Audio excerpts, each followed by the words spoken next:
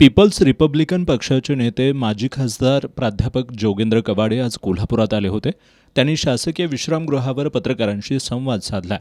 प्राध्यापक कवाडे यांनी कागल तालुक्यातील कसबा सांगाव इथं एका दलित कुटुंबाचं घर पाडणं, मिरज तालुक्यातील बेडग इथं डॉक्टर बाबासाहेब आंबेडकर यांच्या नावानं उभारण्यात आलेली स्वागत कमान पाडणं यासह अन्य घटनांमधून राज्यात दलित आणि अल्पसंख्याकांवर अन्याय सुरू असल्याचं स्पष्ट होत असल्याचं सांगितलं.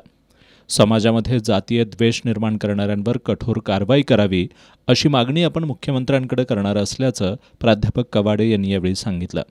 सरकारी गायरान जमिनींचं मागासवर्गीय भूमिहीनांना वाटप करावं अशी मागणीही त्यांनी केली. राज्यातल्या लोकसभेच्या 2 आणि विधानसभेच्या 15 जागा पीपल्स रिपब्लिकन पार्टीला मिळाव्यात. त्याचबरोबर स्थानिक स्वराज्य संस्थांच्या निवडणुकीत सुद्धा पक्षाला प्रतिनिधित्व मिळावं अशी मागणी मुख्यमंत्री एकनाथ शिंदे यांच्याकडे करण्यात आली आहे, असंही प्राध्यापक कवाडे यांनी यावेळी पत्रकारांशी बोलताना सांगितलं.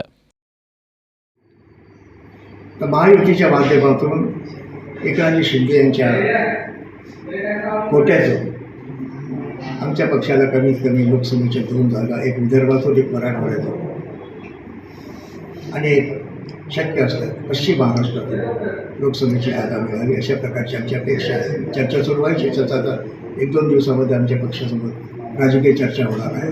यासोबतच आमच्या पक्षाने तो निर्णय घेतला की कमीत कमी विधानसभेच्या जागा होतील, त्या विधानसभेच्या कमीत कमी 15 जागा वर आपल्याला प्रतिनिधित्व मिळावं अशा प्रकारची अपेक्षा आमच्या पक्षाने व्यक्त केली. यासोबतच स्थानिक स्वराज्य संस्थांच्या ज्या निवडणुका आहेत त्यामध्ये देखील आमच्या पक्षाला योग्य प्रकारचं संपूर्ण महाराष्ट्रात प्रतिनिधित्व आमच्या पक्षाने द्यावं माफक अपेक्षा आमची आहे.